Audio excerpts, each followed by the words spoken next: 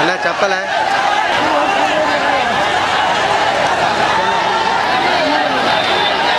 Revenue అదే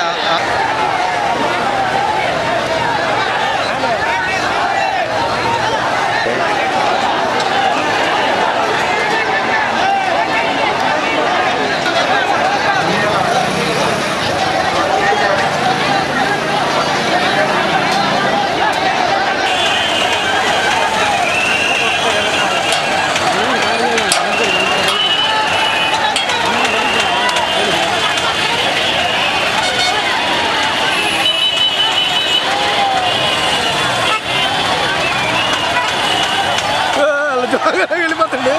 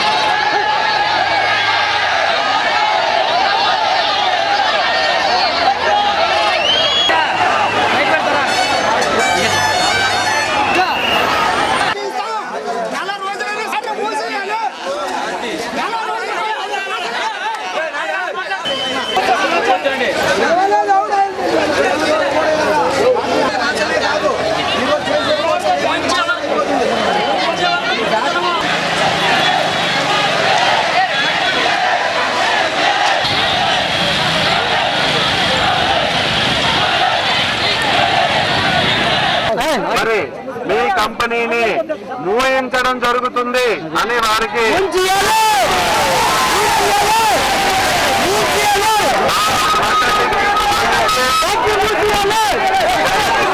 ఫ్యాక్టరీకి సంబంధించి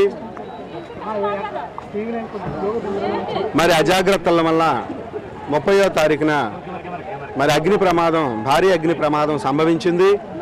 ఈ అగ్ని ప్రమాదంకి సంభవించినప్పుడు మరి చుట్టుపక్కల ఉన్న గ్రామాలు యువతల లోలుగు నుంచి అవతల చిలకపాలెం మరి ఆ మీద గ్రామాల సముద్ర తీర ప్రాంతాల వరకు కూడా ప్రజలందరూ కూడా భయభ్రాంతులైపోయే ఊర్లు ఖాళీ చేయడం జరిగింది. మరి ఈ పరిస్థితుల్లో మరి నాగార్జున కంపెనీ వారు సక్రమమైన మరి ముందు జాగ్రత్త చర్యలు తీసుకోకపోవడం వల్ల అగ్ని ప్రమాదం సంభవించిందని జిల్లా పరిపాలనా యంత్రాంగం అయితేనేమి, పొల్యూషన్ కంట్రోల్ బోర్డు అయితేనేమి, ఇన్స్పెక్టర్ ఆఫ్ ఫ్యాక్టరీస్ అయితేనేమి వీరందరూ కూడాను ఒక నిర్ణయానికి వచ్చారు. ఆ నిర్ణయానుసారంగా వారికి సబ్ డివిజనల్ మేజిస్ట్రేట్ అయిన ఆర్డీఓ గారు మరి సెక్షన్ 133 నోటీసులు జారీ చేసి మరి కంపెనీకి కావాల్సిన అన్ని రిక్వైర్మెంట్స్ ఫుల్ఫిల్ చేయాలి, మీరు అందులో ఫెయిల్ అయ్యారు కాబట్టి మీ కంపెనీని ఎందుకు సీజ్ చేయకూడదు అనే ఉద్దేశంతో సెక్షన్ 133 కింద నోటీసులు జారీ చేశారు.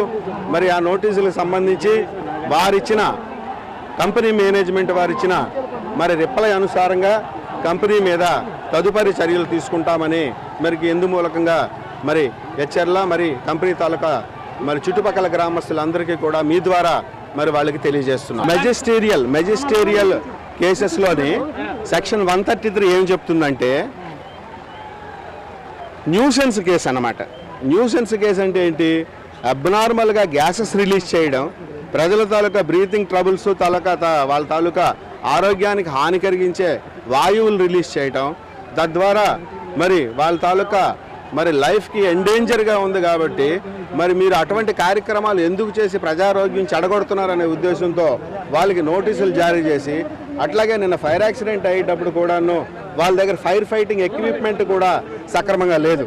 ఫ్యాక్టరీ మీద మనం చర్య తీసుకునే ముందు వారికి ఒక నోటీస్ జారీ చేయాలి. ఫైరింగ్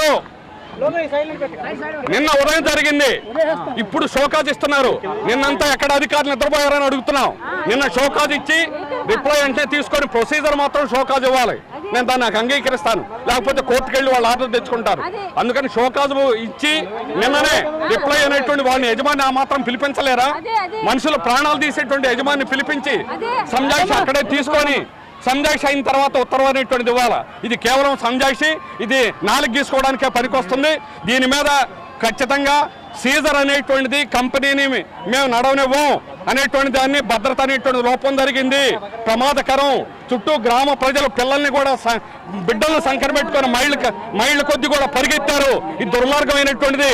అందుకని సేఫ్టీ ప్రికాషన్స్, భద్రతా చర్యలు తీసుకోవడంలో యాజమాన్యం పూర్తిగా వైఫల్యం అయింది అనేటువంటిది, దాని మీద స్పష్టమైనటువంటిది అన్ని కూడా లేవు. అందుకని యాజమాన్యం చేసినటువంటి వైఫల్యాన్ని కేవలం అది కంటితుడుపుగా మాత్రమే ఉంది. జనాన్ని కేవలం ఇప్పుడు ఆందోళన రద్దు చేయడానికి మాత్రమే ఇది చేసినట్టుగా ఉంది తప్ప సమస్యను పరిష్కారం పూర్తిగా చేయడానికి కానీ ఆ కంపెనీ యాజమాన్యం మీద పూర్తి చర్యలు తీసుకోవడానికి కానీ ప్రభుత్వం సిద్ధంగా ఉన్నట్టుగా అనిపించడం లేదు.